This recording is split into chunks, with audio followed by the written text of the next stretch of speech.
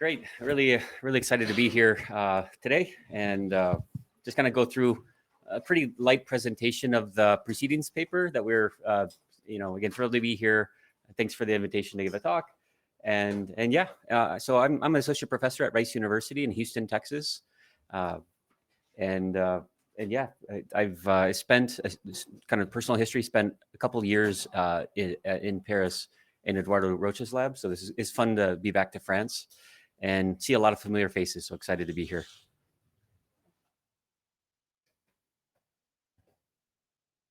This needs it's on the wrong screen. There we go. Okay, so just from front matter here, why Bakdrive? And so when we were working on this project, my student, who was unfortunately unable to be here to present, Bakdrive is a component used in reverse to obtain its input from its output, and seemed really fitting for this problem, right? It's kind of what we want to do. We have output, which is sequencing data, and we really kind of want to know what's driving information inside of a metagenomic community. So that's kind of where it came from, but also it was this figure when I was looking around for this for preparing the talk. It was fun that it said backdriving is difficult, so we'll assume it's a difficult problem as well. And yeah, so the other thing I want to mention is, so we're now after lunch, and so nutrients such as carbohydrates or whatever I had for lunch provide substrates to bacteria to synthesize metabolites and export metabolites.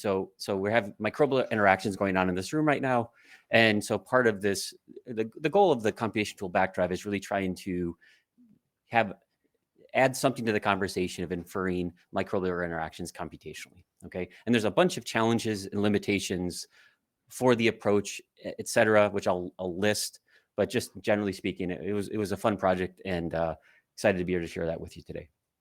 And just my lab at Rice, just want to very briefly shout out to them, since I wouldn't be able to stand here today if it wasn't for all of their work. Fortunate to have these 6 PhD students working on various facets of computational biology, metagenomics in specific, and et cetera. And then software they've produced since I joined Rice 5 years ago. We develop a lot of open source tools for various questions, and again, primarily microbial genomics and metagenomics related. I think ever since I spent 2 years at Institut Pasteur, I only can think of microbial genomics and bacterial and viral kind of genomics, but the one we'll focus on today is the rectangle in red, which again will be Bakdrive presentation. And then just to highlight, no longer members of my group, but the co-authors of the study, Dr. Michael Newton, Dr. Chi Wang, are just have to really, the kudos go to them. If it wasn't for them, this work would not exist. Really happy to tag along for the ride and provide feedback, but really exceptional work by both of them. And in particular, my PhD student, my former PhD student, who's now a senior bioinformatics scientist at Illumina, really did a wonderful job. So just before I get started, really want to credit them for their this key work here. Okay, so just to get started here, and really to think about some of these questions and phrase some of these questions is really kind of microbes form complex and dynamic systems, as some of you may obviously know, and those who are less familiar of the situations. It's really about thinking about the connection between disease state and microbes that interact that are in our, for example, gut microbiome. It doesn't have to be gut focused. Probably needs to be a reasonably well-studied community, given we focus a lot on metabolites, and the more we know about bacterial metabolism and metabolite interplay, the better for the method. But future work we're thinking actively about environmental metagenomics in the context of this approach, just FYI. So one specific example we focus on in the paper is recurrent C. diff infection. But one could also think of maybe IBD, inflammatory bowel disease, or other host disease states, which again, there's so much work out there. There's a lot of great work in the last few years. I don't have time to summarize it all, but we'll mainly just focus on thinking of our CDI. And then for our CDI, a popular treatment is a fecal microbiota transplantation. So that's really kind of the focus of the paper, is really thinking about more targeted FMT transplant with maybe a minimum set of species that could restore a diseased, in this case, our CDI, a gut microbiome to a healthy state. Okay, so that's really the problem. And then there's some really interesting commentary and research on is FMT safe? And the reason that's in question is when you do FMT transfer, there might be a pathogen hiding out in the sample. despite screening, and we don't want to transfer harmful bacteria to a patient. Obviously, as we want them to recover. So, and by we, of course, not my lab, we're a computational lab, but in general, for building tools, we want to make sure that we can do proper screening and also results in reasonable kind of outcomes for the predictions. And I was thinking about, I always like to start my talk with challenges. So what better way than fill up a slide full of text? But really, this paper is a wonderful paper recently talking about open challenges for microbial network construction. And this is just a couple of years ago. The link's on the bottom if you're interested. And I just want to highlight a couple just to say this, there's a lot of open challenges. So despite what I'll say for the next 20 minutes, just keep in mind, this is hopes to add something to the conversation. But of course, we're eyes wide open for, I spent time in several labs as a postdoc. And I think one of my main takeaways was really going into these, fully aware of limitations and shortcomings of current approaches. But specifically, I think something that this paper adds to the conversation is thinking about challenge 6, how do we evaluate microbial network construction in silico with simulated data sets? 7, not tons, but really maybe have a conversation about, on real biological data, how do we validate? How to identify core networks and or what are those? And I'll go over that. And then really kind of the key question, which is left, we hint at in the discussion, but really how well do these networks represent ecosystems, right? And that's an open question, but it's really wonderful read if you're, and just to go over some of these limitations here. And then borrowing another figure from a paper, this is a little bit longer ago, just really thinking about what are microbial interactions, okay? So microbes, for example, and again, in our gut microbiome, they can have different relationships like mutualism, commensalism, et cetera.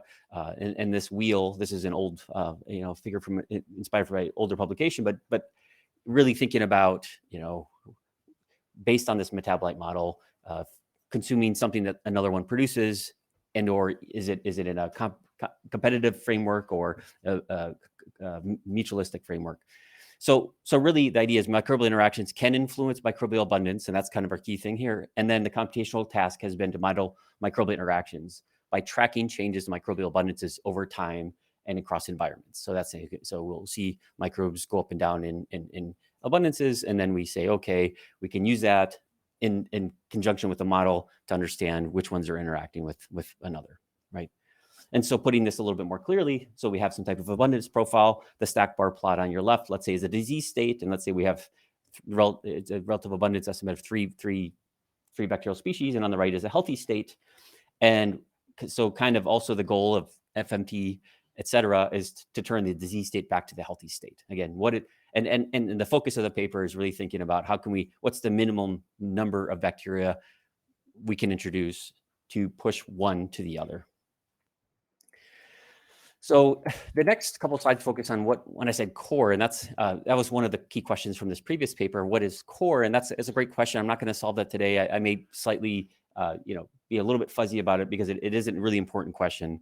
But really, kind of for the purposes of the talk, what is the minimum set of community members that can be present while keeping the fundamental character of the community intact? And that again could be healthy, broadly defined. But really, just more specifically, that stably inhabit the environment, maybe prevent invasion by a foreign species, possibly a pathogen, preserve community function, however that's defined, et cetera. And there's others, right? And again, this is outside of the scope to really get into all of these other considerations, but I just wanted to list a few. So why do I care about core? And again, given it is kind of a fuzzy concept, for analytical simplicity, once we define this, we can start talking and developing algorithms to establish and identify these. And then we can talk later about the implications on the biology side. Predicting effects of perturbation, antibiotics is a good example. If we define what a core set of microbes are in an individual, and we can say a specific patient prior, see antibiotics, and then see, okay, well, that core set was perturbed. Facilitating manipulation or synthetic construction, FMT, among others. And this is kind of the why we care. And then the canonical application, C. diff infection in human gut, healthy gut community initially, patient dosed with antibiotic, C. diff then grows uncontrollably, excludes healthy community. So the idea is you have a community, the antibiotics kill off members that are are participating in this core community. And then the treatment was another round of heavy antibiotics and then FMT treatment to restore it back to the healthy state. So again, the question that I've said a couple times, just for emphasis a third time, is really the goal of Bakdrive is to find what is the minimal community that could serve as an artificial FMT. Not a broad, just say, again, 5 species, 10, whatever, okay? Okay, and then so we're gonna kind of very briefly talk about microbial interaction networks, just for the purpose of the talk, really simple, a simple model of pairwise interactions. And on that slide, I previously mentioned that there's higher order interactions. Phage can contribute to this. I don't, the method does not take into account phage or viral interactions. There's a lot of confounding factors to defining and understanding interaction networks. But for the purposes of this talk and the method, pairwise interactions between bacteria. Difficult to estimate from empirical data, but some methods do exist. One such method that Bakdrive relies on is MICROBIOME, published in 2020, and it's a comprehensive model of metabolic inflow and outflow. So we have a system, we have metabolite inflow and outflow, and then some questions kind of arise from this. For a given network, is there only one interaction network? Do all microbes and gut microbiomes interact the same way? Of course, we have some, we could talk about these topics for quite a while and reference a previous published work. But on the right, we just have a figure of either competitive or cooperative relationships across pairs of bacteria, for example. So we can leverage interaction, but the idea is to leverage interaction network from MICROBIOME to identify this core set of species as I just previously defined. Okay, and really another thing, just to kind of high level, like what I said network a couple of times now, where you can think of node, a species X, and then edge is the interspecies interaction, whether positive or negative. And that's kind of our network here. And then abundance of each species changes following this generalized locality model. And again, there's more details in the paper. And of course, it's a very commonly used model for such things when you're modeling abundance changes over time. So to put that all together, and as we now just got through the background, overview of the approach is really the goal is to find a set of microbes that represent a core set. What is the input? The input's going to be multiple samples for a particular environment, human gut microbiome with abundance information. And again, one easy way to think about this, just imagine a particular patient sampled 10, 20, or 100 time points over time. Okay, so you have a set of data, and each time point you have abundance information. And the output is going to be a single subset of species represent core driver species for that environment. Again, we'll talk about validation later, but that's what this tool is going to output. It's going to say these 5 species we think are core and driving and driver species for that environment. So again, the approach is, so given that input, we're going to use MICROBIOME to estimate an interaction network for each sample. So if we have 100 samples, we'll run MICROBIOME 100 times, and you'll get interaction network for each 100 of the samples. Then kind of the key insight here is we're going to combine all interaction networks into a single multi-layer network. So instead of, we have 100, and then we're going to combine them all into a multi-layer network. And then we're going to apply an algorithm called minimum dominating set and multi-layer networks algorithm, Notcher et al. 2019, to then see what is the minimum set of nodes that will maintain all of the connections across these these interaction networks that we think could get, again, keeping in mind these are a single patient followed over a long time, will give us information on which are the key or core species for that that sample or ecosystem. Okay. So I'll just go into a little bit more of the technical details here. Of course, I don't have time to fully dive into all of this. I'm happy after the talk to chat with any of you offline for more specific details. There are a lot of components to the algorithm, but the high level, MICROBIOME uses flux balance analysis to infer bacterial interactions. And so FBA is going to calculate the flow of metabolites through genome scale metabolic models. Competitive consume the same resources. Cooperative, one consumes metabolites that produces resources for another bacteria, so they're cooperating. And so this paper here, it talks about metagenome scale modeling to infer.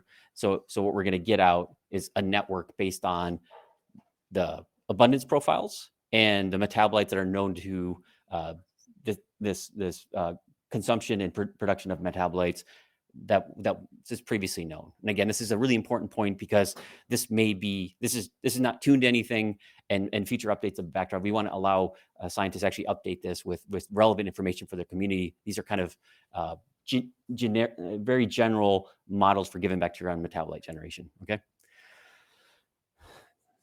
And then after that, okay, what is this next step? Well, so now we've generated all of these interaction networks. So what you can see on the figure on the right is we want to map all the nodes in one interaction network to another. And so in this case, we have 3. And we want to minimize the number of driver nodes such that the nodes and their neighbors cover the whole network. So we don't want to lose information. We say, is there a minimum set of nodes inside of the set of 3 networks now, such that if we grab them, we have the driver nodes and neighbors cover the entire network, okay? So the nodes in green are the ones that we're going to be identified as driver nodes with this algorithm. And the algorithm, again, is MDSM. Very computationally challenging to compute this, but there are some good methods in practice that allow for reasonably sized data sets for you to get this information out, okay? For large, massive data sets and samples, of course, this has become untractable. Okay. Okay, so again, going over to again, make it one last time super clear what Bakdrive is doing. So you're gonna have donor 1 or donor 2 in this example, or however you wanna frame this, multiple samples, abundance tables, right? So 1, 2, and 3. And then we're gonna run MICOM, we're gonna do our MDSM algorithm, and then we're gonna predict driver species. Is that clear, everyone? So this is kind of the high level idea, and this is kind of the goal of today's talk, is really just kind of going over that. Okay, and then so if that's clear, we can go on to validation. Like, how do we know this works? How do we know it's just not generating rubbish, or just based on a lot of assumptions that won't hold true in a real community?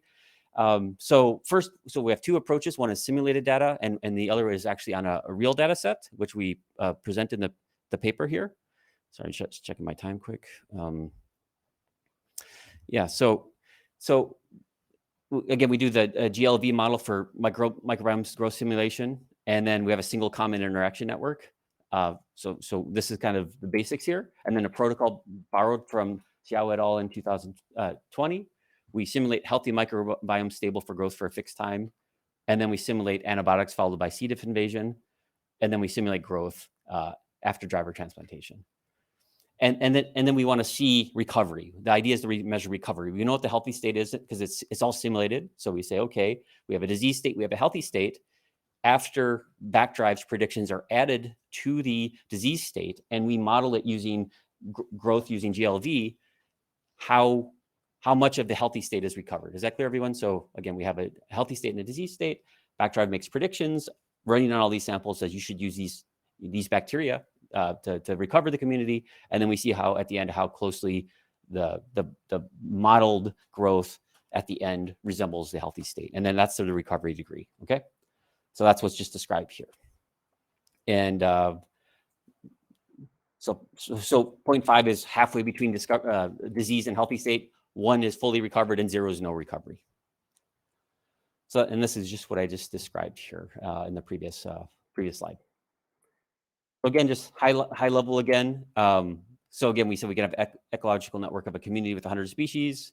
Red, blue arrows in this figure has positive, negative relationships, and the width reflect interaction strengths.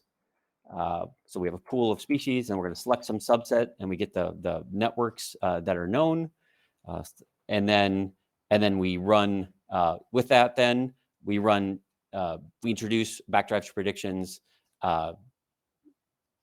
Run GLV and then see what happens. So we're really going to see, okay, for across the time points, we're going to stop the model and see after we throw on the set of species that Bakdrive recommends, we're going to snapshot at the end and say how close does this resemble the healthy state. And the NDSM we've already described, so we don't have to go over that again. Okay, so the results are here. So the results, we did this for it'll take a couple seconds to go over here. We have number of layers is the number of input samples to calculate. So 1 layer means 1 sample, 5 is 5, and then 100 is 100, right? So we have 1 sample, 5, 10, up to 100. And so one high level, and I zoom in on this plot, one high level message is, if we're going to the top to bottom, and the recovery is plotted on the y-axis, and x-axis is the number, the size of the output of the driver network. So the species, the n is going to indicate the number of driver species that are predicted from the and then FMP size is the number of species that are used. But high level, what we're going to show here is, like, as the number of samples increase, our power to induce recovery increases. So if you compare just the 1, 2, 1 to 5 to 10 to 100, we'll get some separation. It's not always perfect, by the way, but the idea is with more samples, we're identifying different sets of species that we can then use to recovery network to the healthy state. So zooming in on this a little bit more, this is comparing the 20-layer network to a 100-layer network. And if we see more separation between the red and green, it means that the random selection of bacteria is having really no effect on the recovery, whereas the Bakdrive prediction is pushing it towards a recovery state for the 20-layer network and more strongly for the 100-layer network. Is that clear? And then we have, as these network sizes increase, Bakdrive might predict more driver species. So that's the case. And here it's 9, right? So it says, okay, there's 9 driver species. And in the 20-layer network, it predicts 7. And then just visualize a different way. This is just using a PCOA plot here. So it's just showing at the beginning, the disease and ADT are kind of clumped together, and the healthy states. Green are the green points. So before we really do anything, or with the 1-layer network, it doesn't separate the after disease transplant by Bakdrive from the disease state. But if we go to all the way down to the bottom right here, the 100-layer network, we get different groupings of the points. So that's kind of what we'd like to see is like the Bakdrive predictions are pushing things away from the disease state and perhaps getting it towards the healthy state. Okay, everyone. So no effect would just be keeping them all clumped together. So the number of samples really helps, and this is just zoomed in on that as well, kind of seeing the effects go from kind of mixed together to separate out, and then we can go across all of them here. And then just to conclude here, as just kind of have a final 5-6 minutes before for leaving some time for questions, is just how do we also, as I said in the original, earlier slide, run on real data? So what we wanted to do is actually go get real FMT samples, donors, and recurrent CDI infected patients. Okay, and then we have the data for those 12 patients that had successful FMT, where they were deemed to have returned to the healthy state. So essentially, the idea here is we have some form of truth, right?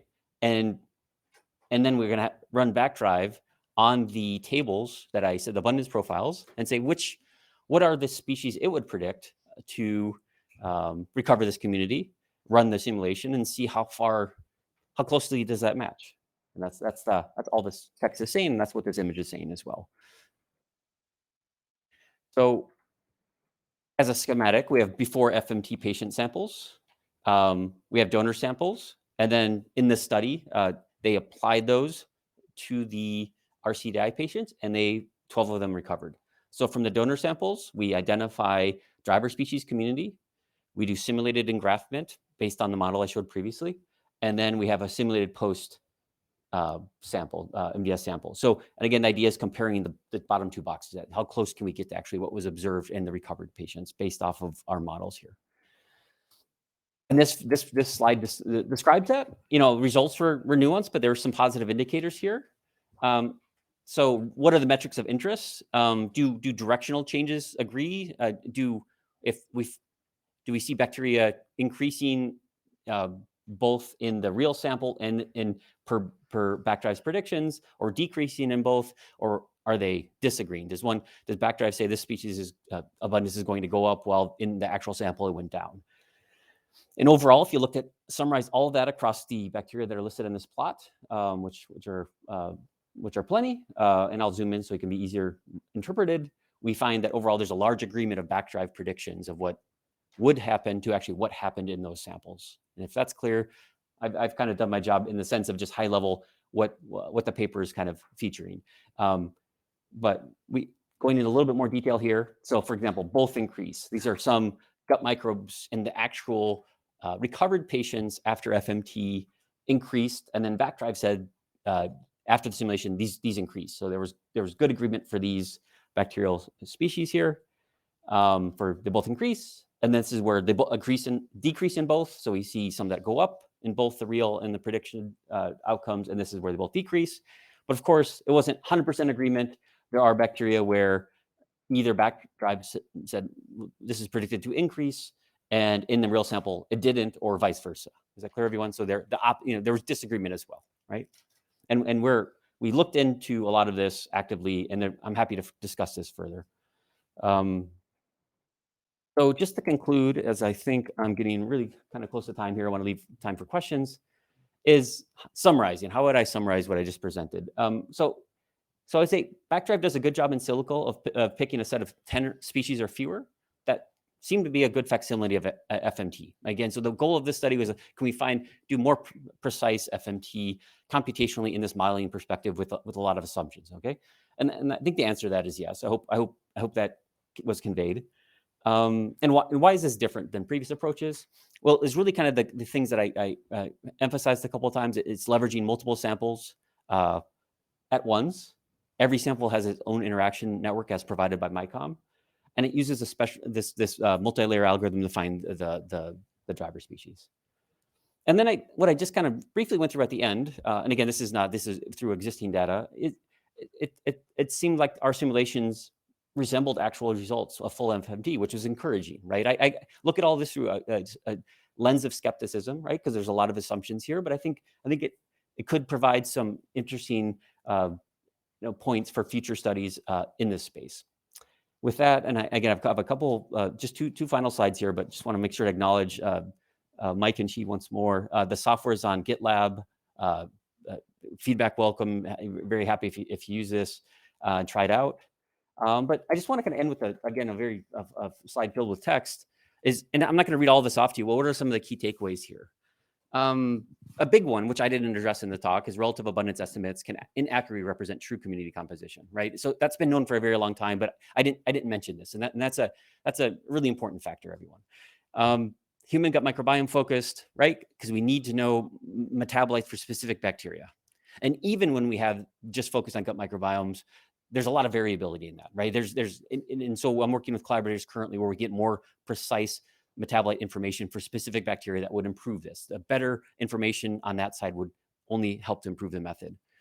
And again, this makes it less useful or not useful for environmental samples because we know a lot less about that in many environmental samples. And then generally speaking, validation techniques are lacking, I would say. I think a lot of recent progress is encouraging, but we need more. We need more validation techniques to say, is Bakdrive doing reasonable things so we can learn, iterate, and improve, combine progress from other. It's really an important thing that we spend a lot of time when writing this paper thinking about, right? And obviously still an open challenge. And then one last point and kind of recommendation, if anyone wants to try this out, as I mentioned, kind of there's a pattern. The more samples, looks like it increases the accuracy or the power of Bakdrive. But I can't tell you how many samples. I can't say you need 20, 30. For these conditions that I presented, it seemed like once you got to 20, that could be the recommendation. But for your own samples, for your own studies, for other studies, it might be 15, it might be 30, it might be 40. So that's also an open question. I don't have a blanket recommendation for the number of samples you need. So that's just one last thing I wanted to say. And with that, I will stop talking and take questions.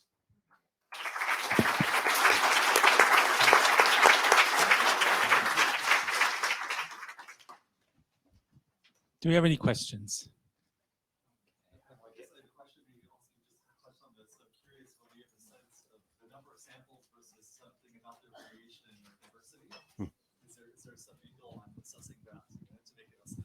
Yeah, I think that's a lot what we're discussing currently is really learning more about variability in a specific sample type can help inform. So we spend a lot of time on that now, and fortunate to have some collaborators in Houston that are working with us on this. But it's an important question. To take this to the next step, we need to be able to answer this question.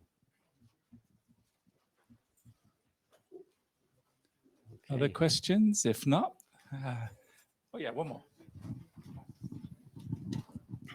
A very nice talk. How do you estimate the interlayer network in the interlayer edge in the multilayer network? So again, we're using the MDSM algorithm, which is just going to try to minimize the set that preserves all of the connections across the other one. So how we determine it's really looking at all of, again, for 100 collectively, and then finding all of the green nodes that preserve that across all. But I'm happy to sidebar and go. It's more detailed, but it was hard to fully flesh out all of that, in this talk. But I'm happy to talk more specifically about that because that's really a key component of the method.